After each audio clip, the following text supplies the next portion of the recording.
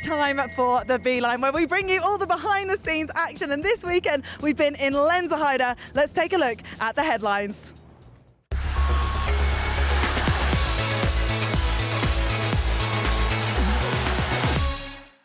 Starting with the short track on Friday, it was redemption for Sevilla Blanc after being involved in that racing instant in the XCO in Leogang with Jenny Rysved.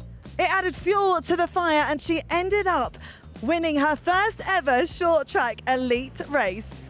23-year-old Adrien Boichis continued his winning streak after winning the XCO in Leogang. He backed that up with another win in the short track. And once again, he shared the podium with Luca Martin and Bjorn Riley, who continued their podium streak. And on Saturday, it was all about the downhill. Anna Newkirk celebrated her debut elite win with Team Frameworks. And it was a huge congratulations to Finn Iles, who managed to back up his win from last week in Leogang once again in Lenzerheide. And our third day in Switzerland was all about the cross-country Olympic. Jenny Rysved showing her dominance with back-to-back XCO victories. And Ronja Blocklinger, one of the home favourites, celebrating her best ever result in the XCO. And Luca Martin with a lesson in perseverance, showing everyone to never give up. It was a brilliant battle between him and Adrien Boichis, but finally we see Luca Martin at the top of the podium once again. Right, let's head and join Emma Stewart, who's got all the reaction from our downhill day.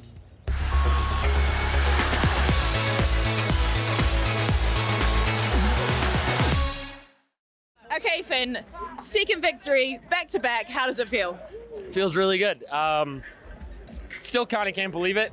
It's not a lot of time to process the first one, so to come here and to I think it's a really good thing to race right away the week after. Sort of keeps you locked in even, I don't know how to say it. It's keeps me locked in even if I don't want to be, because I want to celebrate what happened and I just keep the momentum that I had and keep riding the way that I have been. So I'm really proud of this one. Really proud of the team for how much work they put in to get to this point and to do 2 in a row. I've never imagined it in my life, so I'm really stoked. Oh, we're so stoked for you, Finn. And can you tell us how many days it took? 7. And then how many days did it take previously? 1,407. So we're on a roll now. This is I'm cutting down my win time by 2,000% or something like that. I guess it'd be more, yeah. One of our team guys, Nico, sent me a photo. I think I said it in the interview earlier, but I sent him the 1,407 days and he cut the 140 out, and then it wrote 7 days till your next World Cup win. And I was like, that feels really good to have a team that believes in me that much. And I think that really helps, because I know that all the people around me trusted me to do my job and trusted me to be able to win. And I just have to do that for myself. And so to go out and to do it again just really reinstills that confidence in myself and the confidence in the fact that I can race, which is a really cool feeling. And that's what it's all about. Congratulations, Finn. Enjoy the celebration. Thank you so much. Cheers. Okay, Lisa. So podium on a home crowd, best position so far in the elite field for you. How are you feeling after it? Yeah, it was just amazing. It was a really good day for me, and yeah, second place. I was really close to the win, but I'm super happy about my run. Yeah. That's so good. And to be in front of a home crowd here in Switzerland, how does that feel? Yeah, the pressure was okay at the top, but I was not too stressed and I was in a good mood, and yeah, to be second on the front, on the front of the home crowd is really cool, a really nice sensation, And then, so we now have a week until the Twill. Yeah. Do you have any plans? What are you going to get up to? First, some days of rest, because I am so tired from Leogang and today, so a bit of rest, and I will go maybe to Verbier with Matisse and then to La Tuile. Yeah. Will you be out there tomorrow cheering for Matisse? Yeah, of course. What do we think he's going to do? A win, I hope, for him. That's all we want. Good luck, Matisse. Outstanding qualifying going into Q3. How did that feel? Yeah, it was pretty insane. Not what I was expecting. I know I'm a sorry, you're gonna have to bleep that out. I know I'm an amazing rider, so it's only a matter of time before it starts to click and starts to show. But yeah, it was pretty insane to be, the second, third to last to drop. So yeah, And then how was that run? How did it compared to that qualifying run? I think it was like a second slower. I was just like straight out the gate, just pushing too hard, overriding, made heaps of mistakes. Yeah, so I was quite frustrated because I didn't ride how I wanted to, but also at the end of the day, it's another building block. It's a top 10 in Elite Women. So yeah, just gonna keep going and keep charging. How hard is that transition? You've obviously come up to Elite this year from juniors. It just seems like, it just seems so hard. Yeah, I mean, the sport's only getting faster and faster. Some injuries along the way have definitely slowed down my progress, but I think in the long run, it's definitely going to help me out a bit. Gives me that determination and that strength. So yeah, it's different. That's kind of how I'd explain it. It's different, but it's cool to be a part of. And then as a Kiwi girl, what is your plan during this break? So obviously we can't go back home. We've got a week. So what are you going to do? Yeah, I can't go home until October, which is sick. It's such a long block. It is. But yeah, I mean, I'm going to go to Morzine, chill out a bit. I kind of just have gotten good at making other places my home for like weeks at a time. So yeah, I've got my teddy, so we're good. And that's all that matters, right? A little bit of home comforts. What about some Marmite or like some Tim Tams? Maybe we could request some of those. Tim Tams. I swear, if anyone brings Tim Tams to the next race for me, I will give you a jersey. Please. Bring the Tim Tams, guys. Come on. Asa, what about my arm? Can you sign my arm, please? Yeah, I want a signature. I want an Asa of event signature. Come on. Give me a signature. It's so hard on skin. Yeah, it is hard on skin. Oh, look at that. That is so great. Okay, Asa, how does it feel to be back on the Elite podium? Yeah, it feels really good for sure. The last two races have been like a little sad, so I'm stoked to get back up and put down a run. It felt really nice. What is tonight's celebration going to look like for you guys? Obviously, Anna Newkirk just won here. Yeah, first World Cup win for Anna, so I mean, I'm super hyped for her. When I was warming up and I saw that, I was stoked. So, I mean, yeah, I don't, we'll see where it goes, but I think we're probably going to go. Think it's going to be a big one? Probably. That's great, and that's what we love to hear. And did you actually get to watch Anna's run? No, but I just saw the splits like on the phone. I didn't have to watch it yet, so we'll definitely watch that back later too. That will be great to sit down and watch and celebrate as a team. Obviously, this team here, it looks like it's such a tight knit, and you guys have like such a great environment. Yeah. So yeah, very excited for you guys. Yeah, thank you. Little handmade American team up top. Maybe let's go. Gloria Scalzi, another podium. How are we feeling after it? Well, we're starting early to celebrate this today with my team. I'm super proud with all the people behind the podium. It's not only my job, but it's like a job of everyone. What will those celebrations look like for you guys? Well, we just went to both. Like, this is a bottle of spritz, you know spritz? Yeah, spritz, nice. And there's one That's full of choice? gin tonic. Okay, perfect. What is your drink of choice? Gin tonic. Gin and tonic. With a lemon or with a lime? Hard one. Hard one. I would say lemon personally. Yeah, lemon. That's Maybe what lemon. it's all about, right? Yeah, lemon. And then we know we've seen you on the podium. How hungry are you for that win? Well, I made 3 races and I did second, third, fourth, and I just missed the first one. So I'm pretty nervous about this, but I know it's a long process. So I just believe in me and in all my team, and I know it's gonna arrive. I think it will definitely arrive this season, and I would, if I was a betting woman, I would put my money on you. Oh, really? Yeah, I would. Okay, thank you. Okay, can you tell us what's going on here? Just a tribute to one of the marketing directors at Canyon, who's leaving the company. So just giving him a nice send-off. That's lovely. A lovely little bit of celebrations. Yeah. And, you know, Luca, it's really great to see you in the finals today. I know last week it was a bit of a rough week for you. Yeah. Honestly, I don't know if you could have fallen higher, fallen more. yeah, it was a heck of a fall from grace. So yeah, this weekend was a tough weekend, but I was happy to, be back in the mix. And for sure, I wanted more from the finals today. I thought I for sure had the pace to be on the podium, but just didn't put it together like I wanted to. And the times are too close, and the competition is too much to not have a perfect run. So yeah. Is what it is, but much better than last weekend. And then we have a week off now until the 12th. What are your plans? What are you going to get up to? I'm actually flying home tomorrow, so I'm stoked to go home. I haven't been home for a couple months, so yeah, just a week at home doing not a whole lot. So Do you think you'll ride your motocross bike?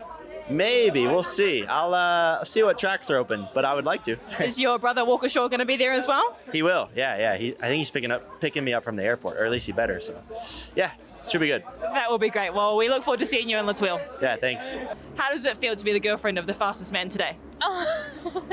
Like, I don't know. To be honest, like, he's not just been the fastest today. Like, I've known him to be fast for a long time, so it was just a matter of time. To be fair, you are biased. So, but yeah, no, it's been so great to see Finn performing so well out there. And then let's talk a little bit about you. How was your elbow? The elbow is actually not too bad. It's not amazing, but I've not got any like upper body strength because I already spent my off season injured with my back. So yeah, I'm struggling a lot fitness-wise, health-wise, and it's just showing in the results, and it's just kind of taking its toll a little bit. So yeah. How was the mental space in that? Because I can imagine that's quite frustrating. Yeah, I mean, a lot of doubts start creeping in, and the results are kind of, I'm a very factual and realist person, so when the results show up, it's like the doubts kind of come true. So it is a little bit hard to manage, but I think we've got a plan put in place now to move ahead and kind of set the goals towards Worlds in the second part of the season, which was always the goal, but it's kind of hard when you're in it and you want to give your best and you feel like you're not giving your best. And, you know, it kind of sucks for myself, but also the team who have put in so much effort. And then also me and Finn have just completely, tables have turned. And I think there's a lot more understanding for the position that he was in last year whilst I was winning. So yeah, we're growing a lot together as a couple, and it's like in like my headspace as well is being challenged quite a lot, but it's fun. Yeah, how do you deal with that dynamic? Well, like I said, he kind of had to deal with what I'm dealing with now, so there's a mutual understanding, I guess. It's been really difficult, but it's like a win for him today is a win for me today. So yeah, it's not a win's a win. Like, yeah. Absolute power couple is what you guys are, and it's so great to see you, well, see Finn succeeding, and we know that that success will come for you eventually. As you said, it's the latter half of the season that you're going to be focusing on, so we wish you all the best, and we can't wait to see you back. Oh, thank you. Okay, Anna, talk me through what's in your hands right now. I got some Crank Brothers mallets that says, I won a World Cup today. And you did win a World Cup today. I did win a World Cup today. How insane is that? How insane, honestly. How does it feel? I can't even describe, like, the feeling when I crossed the finish line. I, like, heard the crowd cheer, and I looked back, and I saw the number one. I haven't screamed like that since I was, like, a little girl. That is honestly so great to hear, and that's, like, I guess that's, like, what the sport's about, right, is having that first ever World Cup win. Yeah, these moments are few and far between, so I'm gonna try and enjoy it as much as I can. And speaking about enjoyment, what is the plan for tonight? We will see. So you're not going to let away any secrets. So I was just with MS. I had a gin and tonic. What do you guys have to offer me? We've got beer and radler. Radler. Panache. What about pizza? I feel like I saw some pizza over there before. I hope so. I'm so hungry. Do you have much time to kind of, I guess, after the race, what did your post-race look like? Waiting at anti-doping to go pee. Watching live timing, seeing what Asa was doing. Waiting some more at anti-doping. Peeing in a cup, and then celebrating with the team because Asa got third, I won, so sick day for the team. Yeah, what a day for Frameworks. Like, that is actually insane. Insane, like so sick. Everybody puts so much into it, so it's, yeah, super stoked. And then we have a week till as well. What is your plans in between? I am going to Scotland. Scotland, of all places. Do you want to go to the rain? No, I'm going to go see. I'm going to a concert. So what concert are you going to? Metallica. Epic! That would be so cool. I'm excited. I'm really excited. How long has that been booked for? I actually booked it last week. It's a birthday gift for my boyfriend. He's right there. I was gonna surprise him, but then I told him like an hour after seeing him because I can't keep secrets. That's okay. We don't mind about secrets. That would be so epic. And what is your favorite Metallica song? Fade to Black. Can you sing it for us? No. Just some head begging that. Yeah.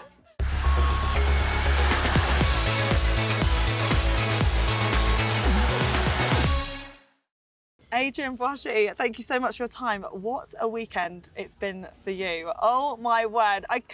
We are talking after the XCO race. You've had a moment just to gather yourself. What a battle between you and Luca Martin. I think it was nice to watch. It was great to watch. I mean, I think he's probably the strongest I've felt on a mountain bike ever. Yeah, today, I have to be honest, I felt amazing. And it was special. I felt at one with the bike. I was pushing on the climbs and then on the flat section, just going my pace, trying to be smooth, not pushing over the limit, just like on that nice edge. And then, yeah, people were dropping in one by one, and then it was just Luca. And yeah, he came, and then I did a nice attack, and then... A nice attack, that's an understatement. That attack on the climb was amazing. Were you waiting for that moment the whole race? Yeah. Yeah. I was waiting for that moment the whole race. I knew what I wanted to do. Mathieu van der Poel in 2019 did this to Nino with 2 laps to go on the road, same place. And I was thinking about this yesterday night. Actually, I was thinking about this all year. So I wanted to do this, and if I was in the win, like fighting for the win, I would do this like Mathieu, and I did this, and I felt good, and then I didn't want it to take any risks in the descent because I knew how good I was feeling. And then yeah, just this little stupid mistake, and I was on the floor, and he overtook me. It's amazing that you've done your homework on this course as well, and being able to emulate someone like Mathieu van der Poel. Is he one of your idols? Oh, for sure. I mean, I've been watching him since I'm a kid, and I still dream that I can race him on the mountain bike in the World Cup at the front. Yeah, that's a big dream of mine. But no, of course, like when you watch Nino and Mathieu, and it's such a special course as well, Lenzerheide. It's pretty mythical, and it's been here for a long time. I still remember Worlds in 2018 when Nino won with that beautiful bike, like white and red in the other side, and so it's pretty special to race here actually. You have beaten Mathieu van der Poel though. Not in a proper race where he was going full, but I did beat him in the test event to the Olympics, but it doesn't count. A win is a win. No, it doesn't count. Okay, fine. I know. Fine. I hope he can do more World Cups and I can race with him. That's my dream. Oh, we would absolutely love to see that battle. Tell me what happened on that last lap, because it was all going so well for you and then all of a sudden it wasn't. Yeah, I mean, it's a course which is super tricky. You have roots everywhere, little gravel, corners. And when you're on the limit, on the edge, you can make a little mistake really quickly. And I didn't do any mistakes on race, and it just happened in the last lap. Congrats to Luca, he was also super strong and he was also pushing me, you know. If he wasn't there, I wouldn't have to go so quick and maybe I wouldn't do the mistake. So it's also congrats to him for being so strong today. And I think personally I had really good legs and I could go really fast up the climbs, but in the end I didn't cross the finish line first, so it doesn't count. You could sense your frustration, rightly so, in that moment, because there wasn't any real sense of urgency to get back on the bike.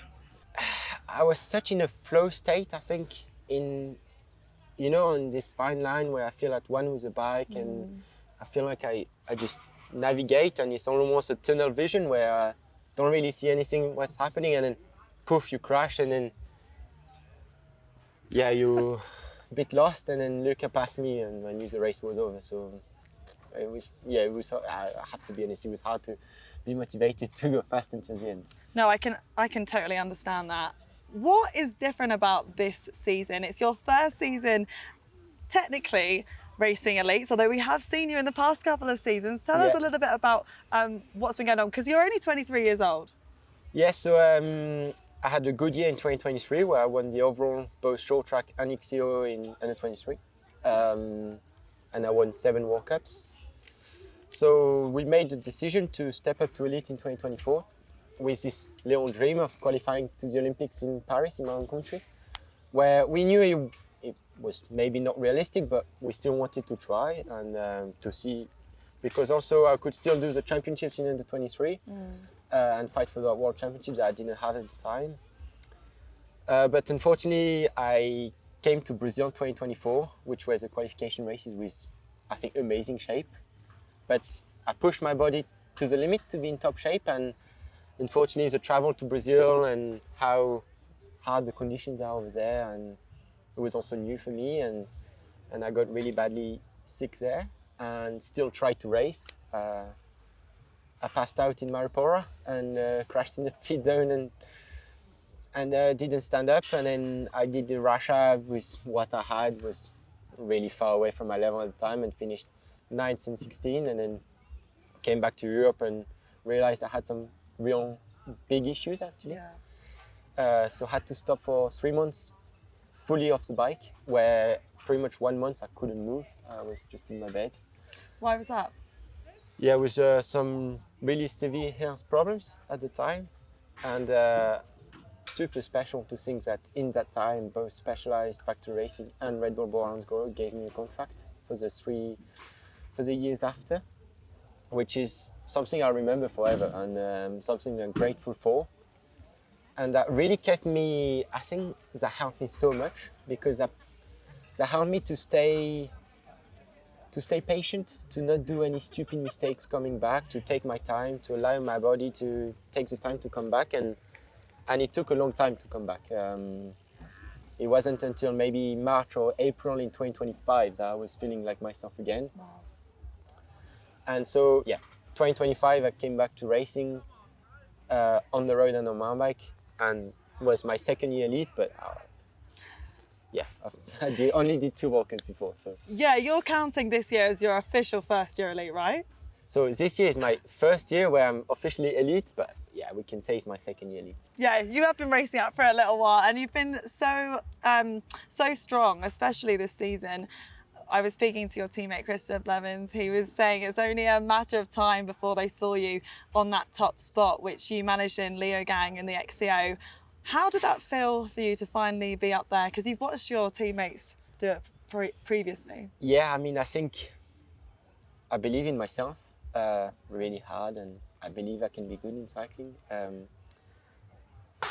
But also I put a lot of pressure on myself to perform, and I really want to perform, and I try my best to perform in cycling. So it was pretty tough not winning, I have to be honest. Many people will say, oh, you're so young, you have all your time, but I want to win. And last year it was quite tough at some times to not win, and like both in Brazil, where I got overtook in the sprint from first to third, and then Lake Placid twice as well, and then in Mont Sainte-Anne I had a really good short track, but I got a bit squeezed in the barriers a few times and lost the win as well. And so I finished the season with a nice feeling physically, but without a win. And this winter I really worked on not putting too much pressure on myself to get that win, and to race without thinking about this win. And actually in Nove Mesto I didn't manage that. I raced, I need to win, and then it paid, and I paid the consequences for this. So I came to Leogang with a clear process plan, and actually the first race where I came with this process plan I won, so kind of special. It's working for you, and you were able to back it up in the short track this weekend. Yeah, I think it made me free to win in Leogang. It relieved kind of pressure that I had on myself, and it also made me believe in the process I do, because I always question if I do things well enough, if I should try harder, if I should eat a bit less, if I should train a bit more, if I should train a bit less, or whatever. And to see that I won with what I do, and to see that I was also on a course like Leogang, which is maybe one of the hardest physically, yeah, it was special. There's a lot that goes into it, isn't there?